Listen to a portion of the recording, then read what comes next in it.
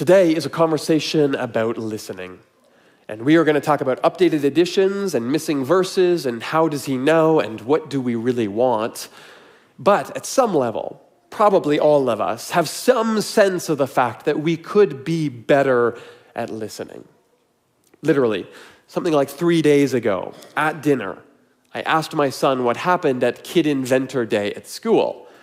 This is a program they have in his school where they spend a day coming up with a new invention. His was a playground with a built-in outdoor Minecraft screen where you could go outside and still play on screens. 2 birds with 1 stone, he told me. I don't know. But as I turned to him at the dinner table, he turned stone-faced to me and he said, "Dad, you already asked me that on the drive home and I already told you all about it." Now he was right. And I did, and he had. So I said, "Yeah, but your mom doesn't know about it. I was hoping you could tell her." Now, I'm not sure he bought it, but I think we skated through and got to the dinner. But the thing is, I absolutely did remember parts of the drive home because I had just gotten a new pair of sunglasses that day. And when my son got in the car, he immediately said to me, "Dad, are those new glasses? Because they're awesome. You look super cool." And I'll tell you what, I remembered that part of the drive home. Not only did I remember that, I remembered it so hard that I came to work the next day and told all my coworkers about it because I was pretty proud of that moment. I do not put a lot of time into my fashion, and so I will take a compliment whenever I can get it, especially when it comes from my 9-year-old son. And by the way, if you're new to the community, yes, I absolutely do wear the same thing every day. I have for years. It's not your imagination. It's fine. But this is it, right? All of us, we listen for the things we want to hear. Those of us who like to talk, we tend to listen for the moment we can jump in with our story. And those of us who need some affirmation, maybe we listen for the compliment we are fishing for. Those of us looking for a fight, we listen for anything we can bounce off and contradict. And that's not all bad. You can use that to your advantage. I've talked before about assuming the best about the people you love. I'll talk about my marriage again. One of the most important practices in my life, one that I struggle with a lot, but I am committed to working on, has been training myself to always assume to listen for the best in what my wife Rachel says. So instead of assuming that she meant to annoy me, or insult me, or belittle me, or attack me, I try to slow my response down long enough to realize that actually 90% of the time, my initial reaction has more to do with my day or my mood or my frustrations than it does with anything she actually said. And so training myself to listen for what I want, or maybe to hear what I choose to hear, can actually filter out some of the dysfunction that I bring with me into our relationship. Not all of it, but some. Still, I think we know that often our desire to hear what we want to hear is, perhaps we could say it this way, less noble. And this is where Jesus becomes a really interesting challenge for us. Because I don't think that Jesus comes into conversations listening for what he wants to hear, at least not in the negative sense. I will say, I do think Jesus always looks for the best in us. In fact, I think Jesus always finds the best in us, particularly when we struggle to find it in ourselves. That's what makes grace possible. God sees the possibilities even when we don't. But when it comes to the art of listening, I think we often come up against this imagination of Jesus already knowing where the conversation is going to go. There's a passage in Matthew where the writer says, "Knowing their thoughts, Jesus said, 'Why do you entertain evil in your hearts?'" And then in John 2, we read that Jesus would not entrust himself to the crowds, for he knew all people. Well, how do you listen well when you already know the outcome? Can you? Is that even really listening? It just kind of sounds more like waiting.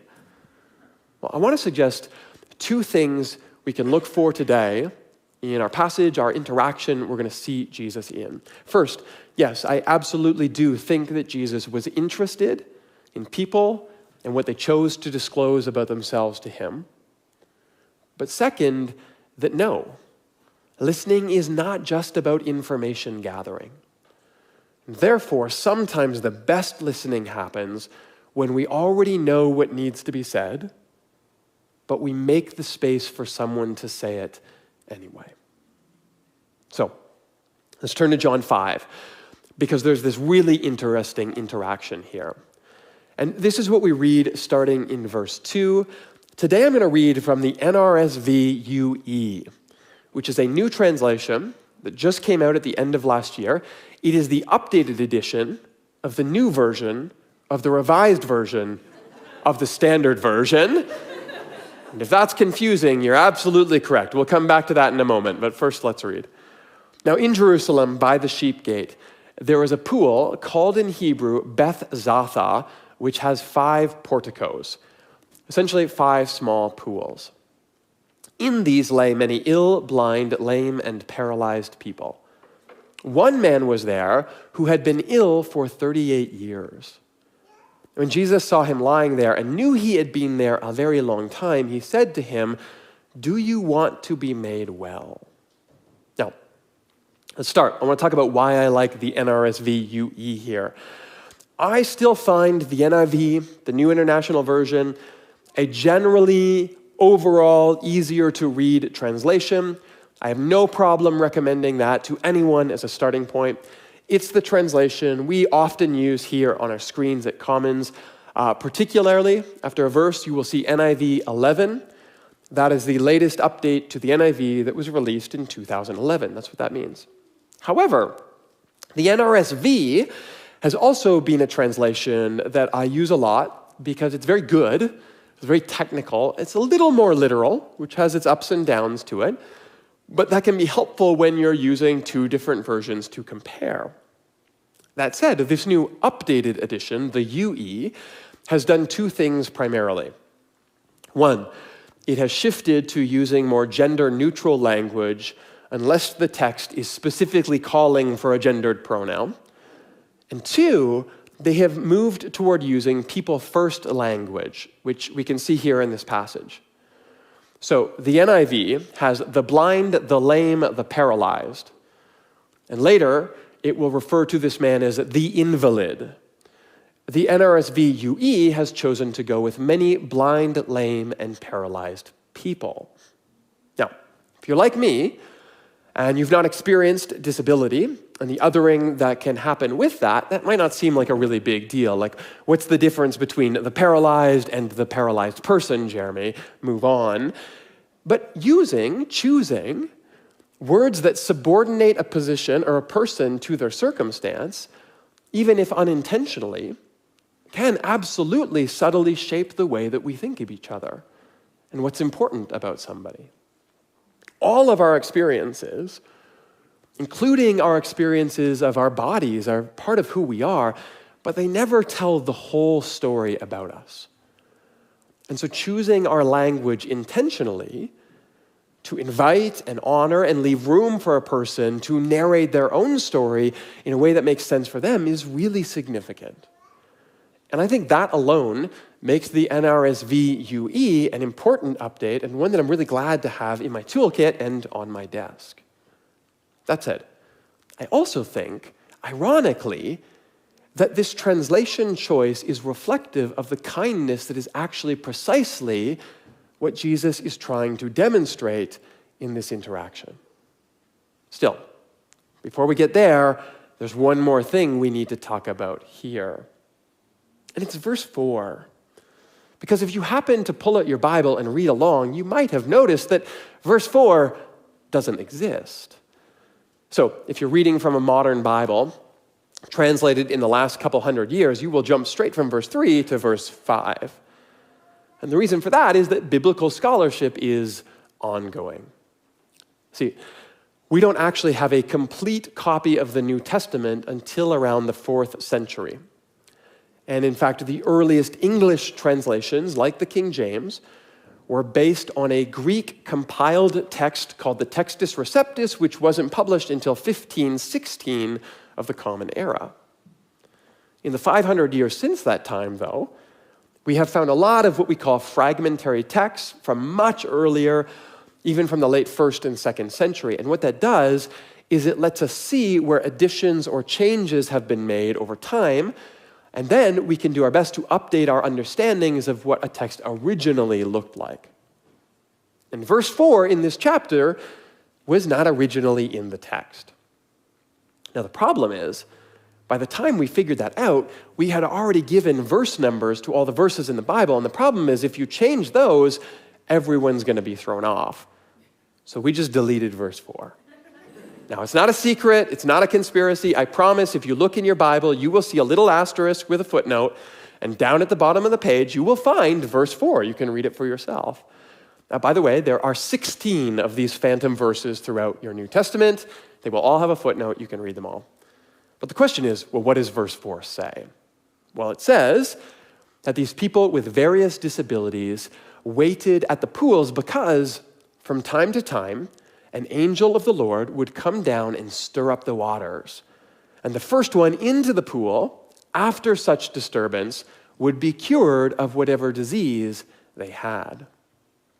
Now, what's going on here is that the original writer of John does not believe that watery angels healed people in special pools. So he doesn't include that in his story, but he knows his audience will know that myth well enough to make sense of the story and why people are waiting here at the pools. Hundreds of years later, when the Bible was being passed around the world to people who had no idea about the myths and the stories of Jerusalem, no one had any clue of what the pool with Bethesda was all about. So a scribe took it on themselves to add in this verse for context so the story would make some more sense. So there's nothing shady in the adding of the verse. There's nothing shady in the removal of it. It is all just part of the complexity of biblical studies. Except now, we can pick up reading where we left off and things will actually make sense.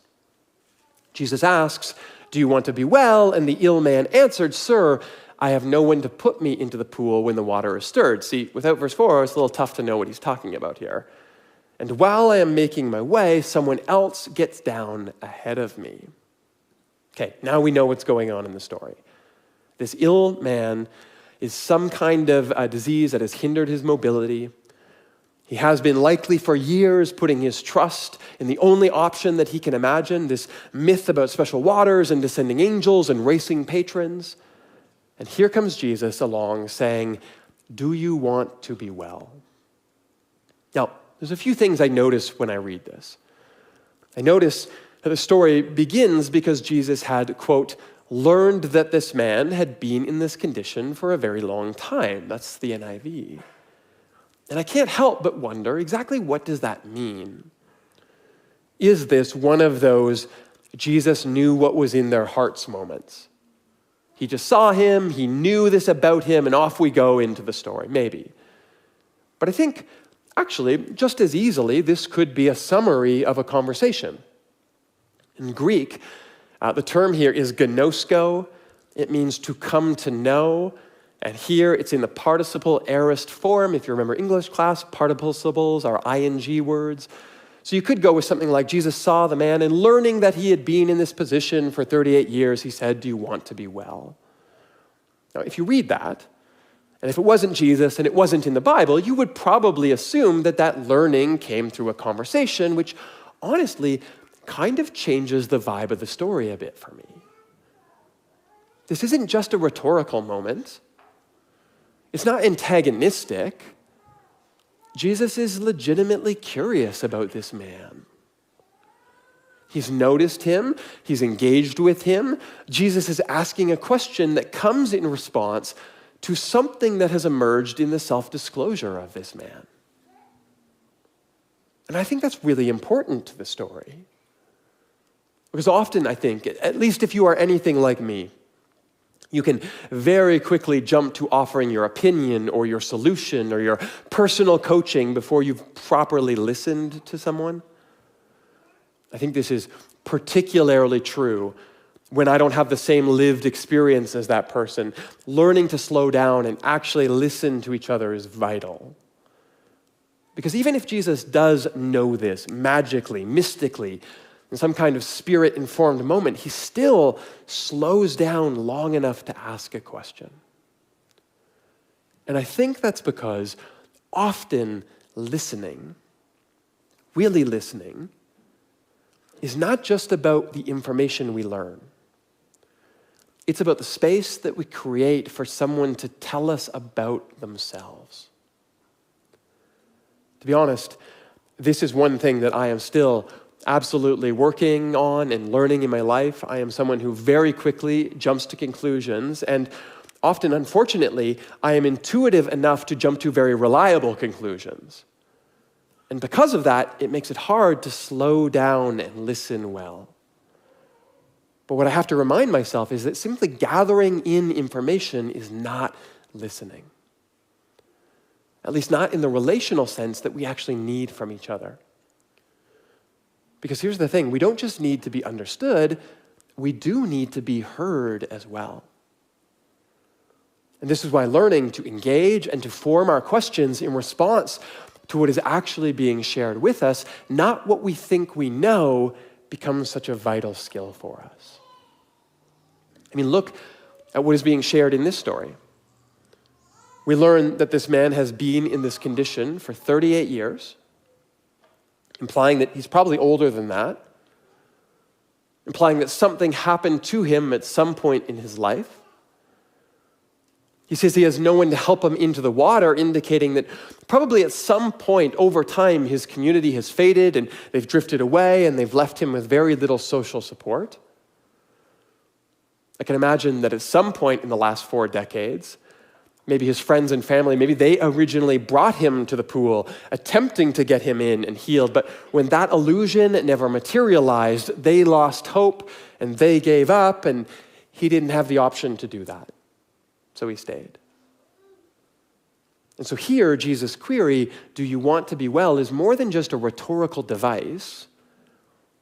It's an opportunity for this man who can't walk, who doesn't have a community to support him, who is, for all intents and purpose, in this culture, at this time, at the mercy of strangers. It's an opportunity for this man to finally express his own agency. And I think we ignore that larger context to our detriment. Because this story is about a lot more than just physical healing. It's about the letting go of myths that have defined us for a very long time. See, the truth is, do you want to be well or something like it is a question that all of us are going to have to face at some point in our lives. We've all put our trust in some kind of illusion that overpromised and it underdelivered. And maybe that was a myth about miracle waters, I don't know, but sometimes it's a relationship that wasn't what it claimed to be. Or a theological foundation that wasn't as firm as it appeared to be, or maybe it's just a career that wasn't as fulfilling as you thought it would be. But the longer we've put our hope in those possibilities and the farther down that path we've walked, the more years we have spent trusting in one thing, the harder it is to let it go. And look, I'm sorry, I understand why this man believes it. I feel the anguish of 38 years of hoping, but angels do not come down from heaven to stir up waters and pit people in need against each other in some kind of race for God's entertainment. It's not true. The thing is, none of our myths are any more true than this one. We know that satisfaction won't come from more Instagram followers, and that we won't find the right relationship just because we put the right keywords in our dating profile. We know that our sense of well-being won't change because we upgraded to a house with 13.5% more square footage, and yet we keep trying and we keep buying, and then we wonder why we're lonely and we're exhausted all the time. When maybe the problem is that we actually haven't let someone get close enough to ask us what we really want and who we really want to become. And look, I get it. Of course this man wants to be made well. What's the big deal, Jeremy? Move on. But for me, it's the fact that Jesus cares enough to ask that matters. So I'm convinced that it's Jesus' curiosity that is able to shift this man's perspective from what I want is to be first into the water to actually, What I want is to be made well. And those are two very different things. And we spend a lot of our time chasing the first and not nearly enough time having honest conversations about the second. Miroslav Volf once wrote that the truth will set you free, and the truth does set you free, but it's by connecting you to what is real.